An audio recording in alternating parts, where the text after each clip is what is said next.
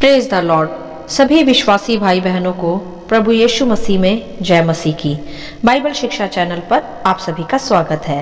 हमारे इस चैनल को देखने के लिए आप चैनल को सब्सक्राइब करें और बेल आइकन के ऑल बटन को ज़रूर दबाएं, तभी आपको हमारी आने वाली हर वीडियो का नोटिफिकेशन मिलता रहेगा।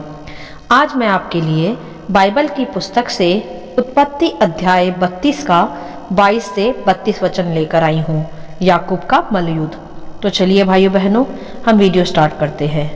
बाइबल दर्शाती है यहाँ कि यह उस समय की बात है जब याकूब अपने भाई एसाव से मिलने जाने की तैयारी में था, क्योंकि याकूब अपने भाई एसाव से बहुत वर्षों बाद मिलने जा रहा था और वह भीतर से डरा भी हुआ था कि उसका भाई एसाव किस प्रकार उससे व्यक्त करेगा, क्योंकि याकूब ने अपने भाई एसाव की वह आशीष छीन ली थी जो कि उसके भाई एसाव को, जो जेठा पुत्र होने के कारण अपने पिता इसहाक से मिलने वाली थी, क्योंकि एसाव ने एक भोजन के लालच में अपने पहलौठे होने का अधिकार उसके भाई याकूब को दे दिया था, और याकूब ने फिर उसी अधिकार को प्राप्त कर धोखे से अपने पिता इसहाक से वह आशीर्वाद पा लिया जो उस समय एसाव को मिलने वाला था।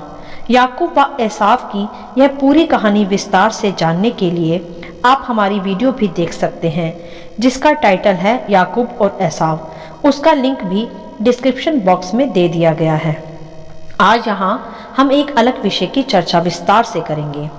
तो जब याकूब अपने भाई एसाव से भेंट करने जा रहा था, तब उसके साथ उसकी दोनों पत्नियां राहेल व लिया भी थी, और उसके 11 पुत्र भी उसके साथ थे, जिन्हें वह नदी के पार उतार कर अकेला आगे बढ़ा। और जब वहां वह अकेला था, तब बाइबल दर्शाती है कि तब उस घड़ी कोई पुरुष आकर वो फटने तक उससे मल्लयुद्ध करता रहा। कौन था यह पुरुष? बाइबल के विद्वानों के आधार पर यह पुरुष परमेश्वर का भेजा हुआ एक दूत था, जो उस रात परमेश्वर की ही इच्छा से याकूब से मल्लयुद्ध करने आया। तब वह पुरुष रात भर याकूब से मल्लयुद्ध करता रहा, और याकूब भी पूरी सामर्थ व ताकत से मल्लयुद्ध में लगा रहा। तब जब उस दूत ने देखा कि याकूब हारा नहीं, तब उसने याकूब की जांघ की नस को छुआ, और याकूब की जांघ की नस उससे मल्लयुद्ध करते ही करते चढ़ गई। तब उस दूत ने कहा कि मुझे जाने दे, क्योंकि भोर होने वाली है। तब याकूब ने कहा कि जब तक तू मुझे आशीर्वाद ना दे, तब तक मैं तुझे जाने ना दूंगा। अब यहाँ यह कैसे स्पष्ट होता है कि याकूब ने मल्लयुद्ध करते समय उस पुरुष से आशीर्वाद क्यों मांग लिया? यह ऐसे स्पष्ट होता है कि जब याकूब से उस पुरुष ने युद्ध किया, तो पूरी रात वह युद्ध चलता रहा, और याकूब जान गया होगा कि यह कोई साधारण पुरुष नहीं, कोई सामर्थी पुरुष है जो परमेश्वर की ओर से भेजा गया है। और वहाँ यह भी स्पष्ट होता है कि जब याकूब दूत पर प्रबल रहा, तब उस दूत ने याकूब की जांघ को छुआ। यह लिखा है कि छुआ, और छूने मात्र से ही उसकी नस चढ़ गई। और तभी याकूब ने जाना होगा कि यह चाहता तो पहले ही मुझे मार सकता था, परंतु उस पुरुष ने पूरी रात मल्लयुद्ध हो जाने के पश्चात ही उसकी जांघ को छुआ। तब इन्हीं कारणों से याकूब को आभास हो गया होगा कि यह परमेश्वर की ओर से भेजा गया कोई दूत है। तभी याकूब ने कहा कि जब तक तू मुझे आशीर्वाद नहीं देगा, मैं तुझे जाने ना दूंगा। तब उस पुरुष ने याकूब से पूछा कि तेरा नाम क्या है? तब याकूब ने कहा याकूब। तब उस दूत ने कहा कि अब से तेरा नाम याकूब नहीं, इज़राइल होगा, क्योंकि तू पुरुष से और मनुष्य से भी युद्ध करके प्रबल हुआ है। इस प्रकार याकूब का नाम इज़राइल पड़ा, और उससे एक बड़ी जाति यहोवा परमेश्वर ने बनाई, क्योंकि परमेश्वर ने याकूब के दादा इब्राहिम से वाचा बांधी थी कि मैं तुझसे एक बड़ी जाति बनाऊंगा, और वह जाति विजयी भी होगी। और यहाँ हम देख सकते हैं कि याकूब के परमेश्वर के दूत से मल्लयुद्ध के पश्चात याकूब को आशीष के रूप में एक विजयी जाति का नाम मिला, इज़राइल, जो आज तक विजयी देश के रूप में विद्यमान भी है। तब जब याकूब को यह नाम मिला, तब याकूब ने उस दूत से विनती करके कहा कि मैं विनती करता हूँ, मुझे अपना नाम बता। तब उस दूत ने कहा कि तू मेरा नाम क्यों पूछता है? तब याकूब के उसने उसी स्थान पर आशीर्वाद दिया, क्योंकि याकूब ने उसे तब तक जाने ही ना दिया जब तक अपना आशीर्वाद ना पा लिया। तब जब याकूब ने उस दूत से आशीर्वाद को प्राप्त कर लिया, तब उस स्थान का नाम याकूब ने पनीएल रखा, क्योंकि याकूब ने कहा कि परमेश्वर को आमने सामने देखने पर भी मेरा प्राण बच गया। क्योंकि बाइबल यह दर्शाती है कि कोई भी परमेश्वर को आमने सामने देखकर जीवित नहीं रह पाता, परंतु याकूब परमेश्वर के स्वर्गीय पुरुष के सामने ही था और फिर भी उसके प्राण युद्ध में बच गए। तब जांघ की नस के कारण याकूब लंगड़ाकर चलने लगा, और जो इजरायली पशुओं की जांघ की जोड़ने वाले जंघानस को आज तक नहीं खाते, उसका कारण यही है कि उस दूत ने याकूब की जांघ के जोड़ में जंघानस को छुआ था। अब हम इस अध्याय से कुछ विशेष व मुख्य बातों को सीखेंगे व समझेंगे।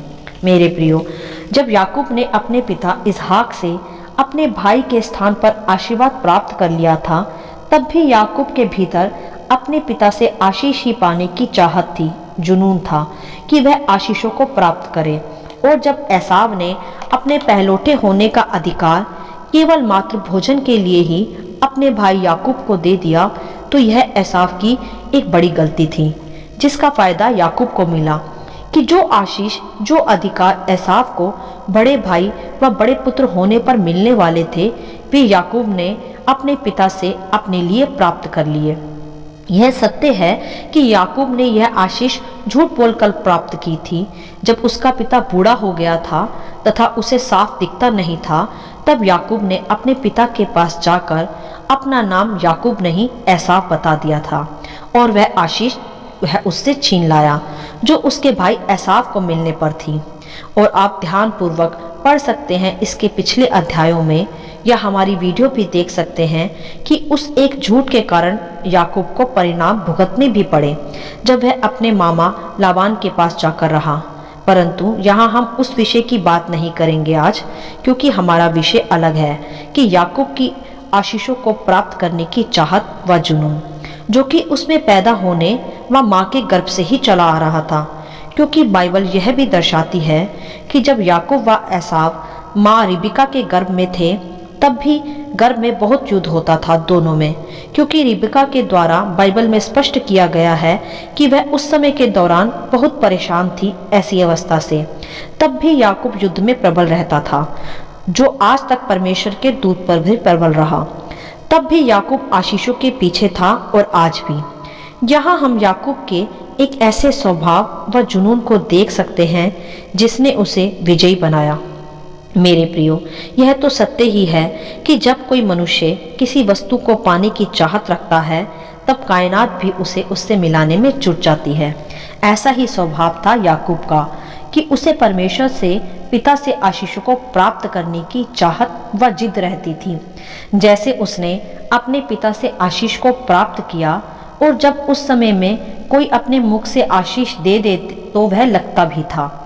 तो जब याकूब के पिता इसहाक ने याकूब को यह आशीष दी कि परमेश्वर तुझे आकाश से ओस से उत्तम उपज दे, तू राज्य राज्य पर अधिकार रखे और सब लोग तुझे दंडवत करे, तू अपने भाइयों का स्वामी हो, तब इस प्रकार की आशीष एसाव को मिलने की बजाय याकूब को मिली और उस पर लगी भी। तब भी जब परमेश्वर के दूत से याकूब का मल्ल युद्ध हुआ, तब भी याकूब ने उस पुरुष को तब तक नहीं छोड़ा जब तक उसने आशीर्वाद ना पा लिया।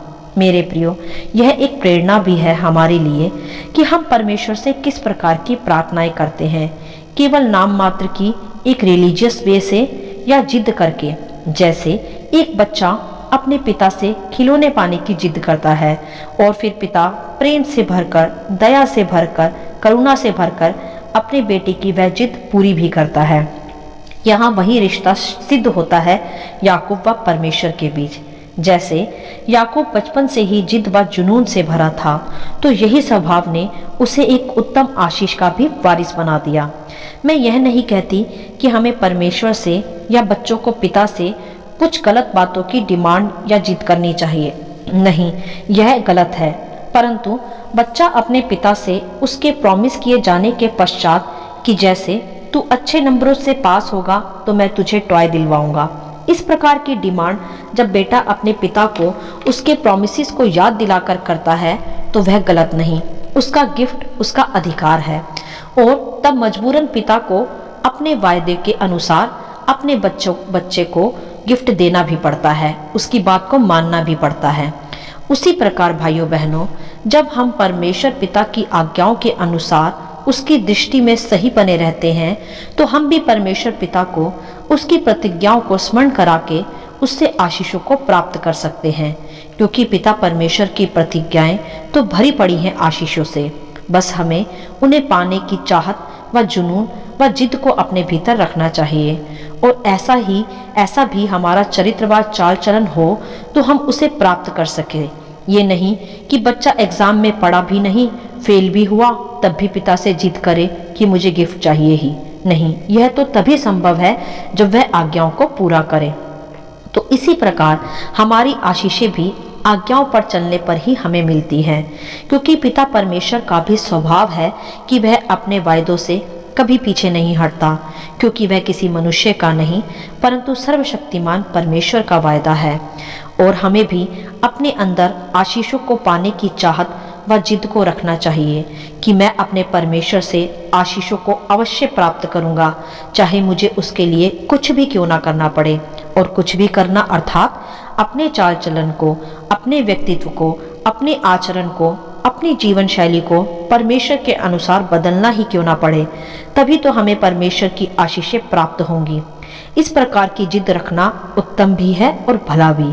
और ऐसे जुनून को, ऐसी चाहत को, ऐसी जिद को देखकर तो कोई भी पिता अपने बच्चों को आशीष देने पर मजबूर हो ही जाए। और याकूब को आशीर्वाद देने वाला तो फिर जगत का पिता परमेश्वर है, जो दया से भरा है, करुणा से भरा है और प्रेम से भरा है। याकूब की ऐसी जिद ने ही, ऐसी चाहत व जुनून ने उसे इज़राइल कहलवाया और वह आशीषित बना रहा, क्योंकि याकूब भी परमेश्वर की आज्ञाओं पर चलने वाला एक पुरुष था। उसके एक झूठ के कारण उसे परिणाम तो भुगतने पड़े, परंतु उस परिणाम में भी वह खराई से तथा आज्ञाकारिता से जीवन भर चला भी। वह जान गया था कि उसके झूठ के कारण उसे यह सब भुगतना पड़ा, परंतु उस दौरान भी वह प्रभु के भय में ही जिया, पाप में नहीं। और जब उसकी परीक्षा हेतु परमेश्वर ने अपने दूत को भेजा, तब भी याकूब उस दूत से मल्लयुद्ध में प्रबल रहा। और वह प्रबलता किसी नफरत से नहीं, उसकी चाहत व जुनून से भरी थी, जो कि उसे आशीषित कर पाई। इसीलिए वह प्रबल रहा। कई मसीह विरोधी इस तथ्य को गलत रीति से प्रकट करते हैं, यह कहकर कि परमेश्वर याकूब से युद्ध में कैसे हार गए।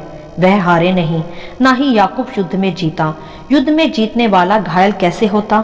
याकूब तो जांग से घायल भी हुआ और फिर लंगड़ा कर चलता रहा। वह तो आशीष प्राप्त करने में विजयी रहा। यह विजय तो उत्तम है। यह तो हम सभी विश्वासियों में होनी भी चाहिए कि हम आशीष की चाहत व आज्ञाओं पर चलने की चाहत को अपने भीतर रखें। यही तो चाहता है हमारा पिता परमेश्वर भी, कि हम उससे आशीषों को पाएं, केवल एक रिलीजियस वे में प्रार्थनाएं ना करते रहें। वे तो चाहता है कि हम आशीषों का एक पैशन को और जुनून को अपने भीतर रखें, तभी हम याकूब से इज़राइल बन पाएंगे, जो सदा विजयी बना रहे, आशीषों का वारिस बना रहे। और याकूब भी आशीषों का वारिस ही कहलाया इज़राइल बनकर। तो मेरे प्रिय भाइयों और बहनों, हमें भी अपने भीतर परमेश्वर से आशीषों को पाने की सदा चाहत और जुनून को रखना चाहिए। ये चाहत और जुनून हमें आशीषित बनाती है और परमेश्वर के और निकट ले जाती है। और उसके लिए हमें सदा आज्ञाकारिता में चलना भी आवश्यक है। तभी परमेश्वर पिता हमारी ऐसी चाहत को और जिद को पूरा भी करेगा, जब हमारे भीतर आज्ञाकारिता और उसके आशीषों की भरपूरी की चाहत होगी। इसी प्रकार हम भी सदा विजयी बने रहेंगे, जैसे याकूब भी बना रहा। हालेलुया। आशा करती हूँ इन वचनों का संक्षिप्त विवरण आप सभी को समझ में आया होगा। परमेश्वर आपको अपनी पवित्र आत्मा की भरपूरी से सदा भरता रहे। यदि आप चाहते हैं कि दूसरे भी इन्हें सुनकर आशीष पाएं, तो आप दूसरों के साथ भी इसे शेयर कर सकते हैं, क्योंकि हमारे प्रभु यीशु मसीह की यही इच्छा है। आमीन and God bless you all.